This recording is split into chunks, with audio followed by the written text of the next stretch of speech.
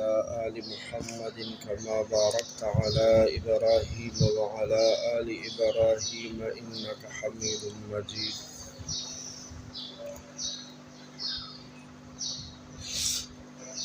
یو بنا د بلې بنې د سوځولو دپاره دروغ بنوي. یو بن د بلې بنې د سوځولو دپاره به دروغ نه وي. 1551 نمبر حدیث دی. لږ رانږدې شئ، خیر دی چې اواز به در رسي. 1549 نمبر حدیث شریف دی. وعن اسماء رضی اللہ تعالی عنها، سیدہ حضرت اسماء رضی اللہ تعالی عنها نے دا حدیث روایت دی. حضرت اسماء رضی اللہ عنها نے دی اللہ پاک راضی شي. اللہ پاک دی د خپل ځان نه راضی کی. الله پاک دې زما او ستا او د ټول امت د طرف نه بهترینی بدلی ورکړي. حضرت اسماء رضی الله عنها فرمای ان امرأة قالت، یو زنانه وه نبی علیہ الصلوۃ والسلام ته عرض وکړو، یعنی پیغمبر علیہ السلام ته وویل یا رسول الله ان لی ذرة، د الله پیغمبره صلی الله علیه وسلم زما یو بنده بن، فهل علی جناح ان تشبعت من زوجی غیر الذي يعطيني،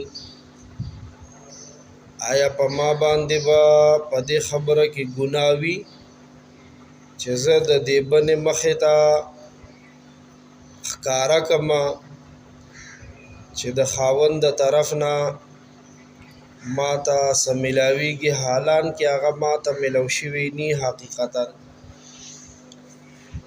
زه د خپلې بنې ته د دې خبرې اظهار چې وکړم چې خاوند ماله دا څیز راکړی دی، او حالان کې خاوند ماله حقیقتا هغه څیز نه وي راوړی، نه وي راکړی، خو هسې زه د بنې سوځولو دپاره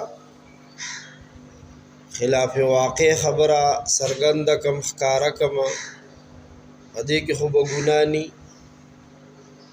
فقال النبي صلی الله تعالی علیه وسلم، نبی کریم صلی الله علیه وسلم فرمایل المتشبع بما لم يعطى كلابس ثوبي زور،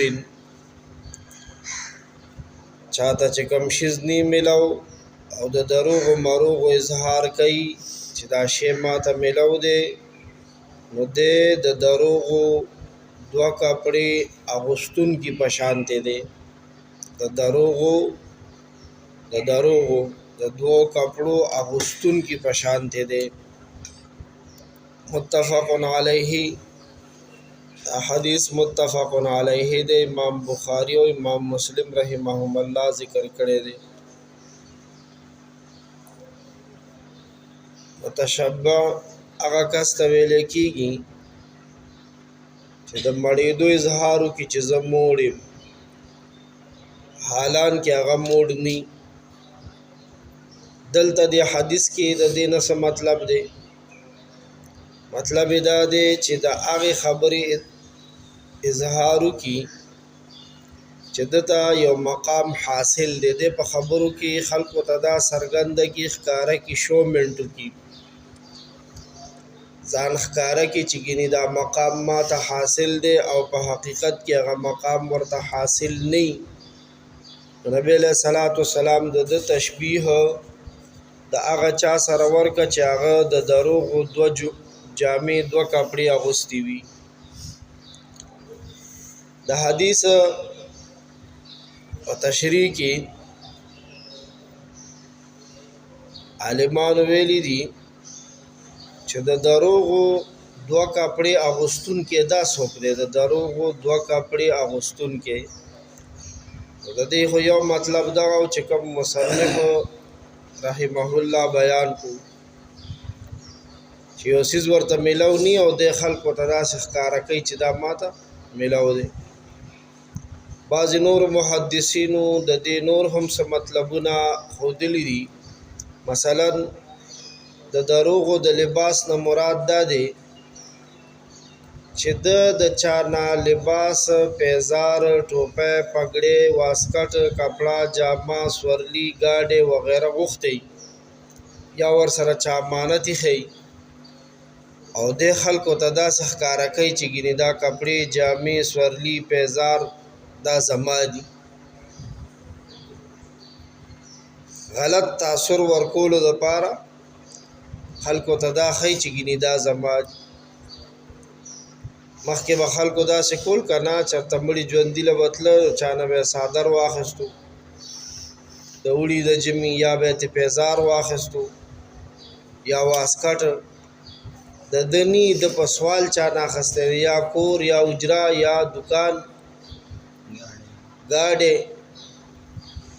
نو د خلکو باندې هغه خپله اوچتوالی ثابتوي چې صاحب دا زما دي.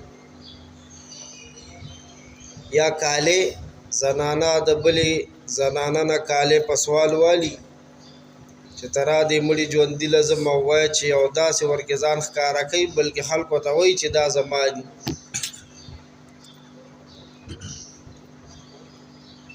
او یا مطلب دا دی چې عربو کې دستورو یو کس به ښایسته جامې صرف دې دپاره اغوستې چې خلک عزت وکړي،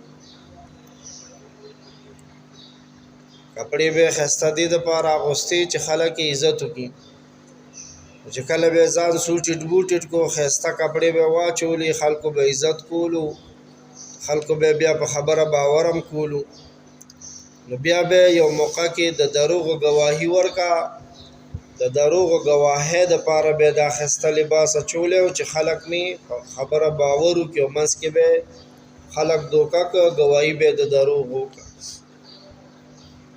مونږ او تاسو په خپل ځان نظر واچو، دې ښار کې اورېدلي هم دي، په خپلو سترګو هم نه دي لیدلي. د اورېدو خبره ده او کېدای شي تاسو لیدلي هم وي.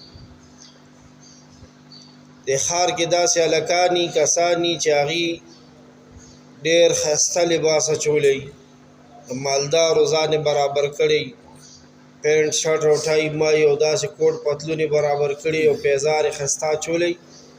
ته به وایې ګینې د افسر بچی دی یا افسر دی. او ښار کې خو دا شادي حالونه بلا ډېر دي، نو کله یو شادي حال ته ورځي او کله بل شادي حال ته ورځي او داسې ځان بولډ کي، بهادر کی، جرأت سره ور رواني چې هغه د شادي حال چې کومه استقبالیه ده. خو که پلار مخکې ولاړ یا به وایي زه چېرته زوی به مې د دفتر ملګری، یا زوی وایي چېرته به مې د رور ملګری، یا رور وایي ګینې د رور دې منځ کې هغه څه وکړي، خوراک وکړي. نو دا جامې دې دپاره اچولي وي ښایسته چې خلک مې په دې پوزیشن باندې دوکه شي او منځ کې زه د دروغو دوکه وکړم. نو دا حرام دي، د دې نه منع راغلې ده. کومه ښځه چې خپله بنه سوځوي، بن خو بن د سوځولو دپاره مختلفې حربې استعمالوي، سوځوي یې چې ماله خو خاوند داسې شی راوړی دی، حالان کې یې وله نی راوړی، هسې صرف دا سوځوي غلط تاثر ورکولو دپاره. د دې په ذریعې سره د خاوند خصوصي قرب او د محبت د اظهار دعوه کوي چې ما سره خو د خاوند مینه ډیره ده. داسې دی نه کوي. دا به داسې شي لکه هغه د دروغو جامې چې چا چولي د دوکې دپاره، د هغه چې څومره جرم دی دغه عمره جرم د دې بنې هم دی چې د بنې سوځولو دپاره داسې کوي. د حدیث کې خو صرف بن راغلی ده.